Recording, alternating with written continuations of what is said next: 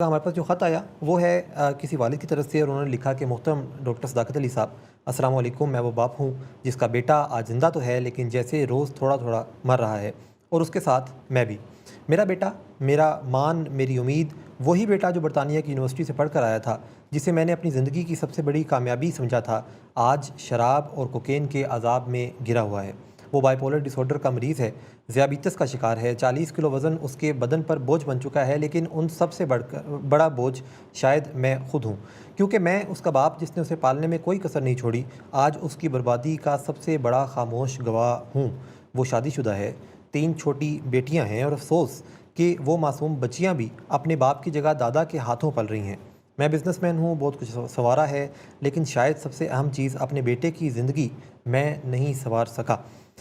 میں نے سب کچھ برداشت کیا، اس کی بدتمیزی، اس کے جھوٹ، اس کی مانگیں، اس کے نشے، میں اسے بار بار معاف کرتا رہا اس امید پر کہ شاید کل بدل جائے گا، لیکن وہ کل کبھی نہیں آیا۔ میں نے اس کے قرض چکائے، اس کے جھوٹ چھپائے، اسے بار بار مواقع دیے، مہلت دی، دعائیں دیں، میں ہر کوئی در کھٹکھٹایا سوائے علاج کے دروازے کے۔ میں ہمیشہ سوچتا رہا وقت آنے پر کچھ کریں گے، لیکن وقت ہمیشہ نکلتا گیا اور ہم عادتوں کے قیدی بنتے گئے۔ اب میں تھک چکا ہوں، میری بینائی کمزور ہو چکی ہے، لیکن میں روز اس کا زوال صاف دیکھتا ہوں۔ میری آواز کانپنے لگی ہے، لیکن میں ہر رات دل ہی دل میں چیخ چیخ کر اسے پکارا کرتا ہوں۔ میرا دل کہتا ہے اب بھی وقت ہے، لیکن میرا دماغ کہتا ہے تم تو خود بھی روگی ہو چکے ہو ڈاکٹر صاحب۔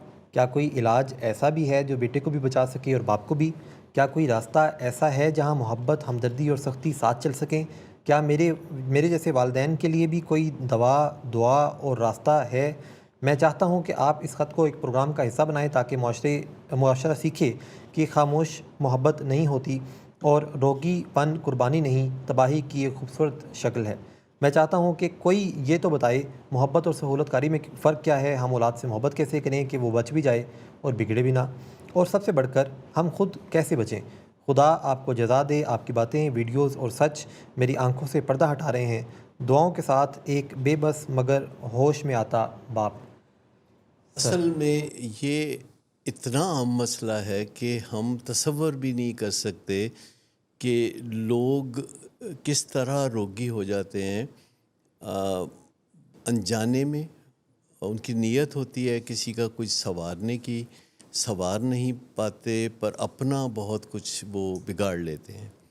یہ جو حدیں ہیں انسانوں کے درمیان، جب یہ بلر ہو جاتی ہیں، مدھم ہو جاتی ہیں اور ان کو لوگ کراس کرتے ہیں، تو دوسرے کا جو حد سے زیادہ کچھ سنوارنے کا جنون ہے وہ الٹا لینے کے دینے پڑ جاتے ہیں، اور خود اپنی زندگی روگ بن کر رہ جاتی ہے۔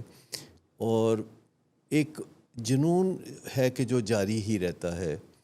یہ دو انسانوں کے درمیان، یا کسی انسان اور کسی ادارے یا سوسائٹی کے درمیان بعض اوقات ایک ایسا رشتہ بن جاتا ہے جو کہ صحت مند نہیں کہلاتا۔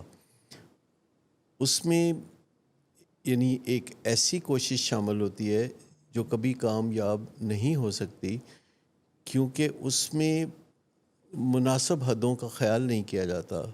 انسان کسی چیز یا کسی شخص کے ساتھ اتنا جڑ جاتا ہے کہ اسے اپنے اور اس کے وجود کو علیحدہ دیکھنا ممکن نہیں رہتا۔ خاص طور پر اگر آپ دیکھیں کہ والدین اولاد کے لیے کس طریقے سے ایک طرح سے جسے کہتے ہیں قربانیاں دیتی ہے۔ ہم قربانی اس کو مانتے ہیں جس کا نتیجہ اچھا نکلے۔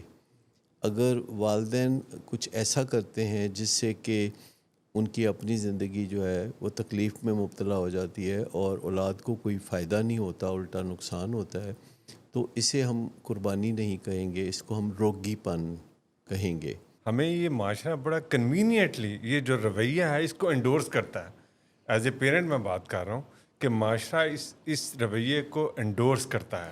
یہ زوردار طریقے سے معاشرہ اس کو انڈورس کرتا ہے، کیونکہ ماضی بعید میں یہ چیز جو ہے وہ ثمر بار ہوتی تھی، اس کے فوائد ہوتے تھے۔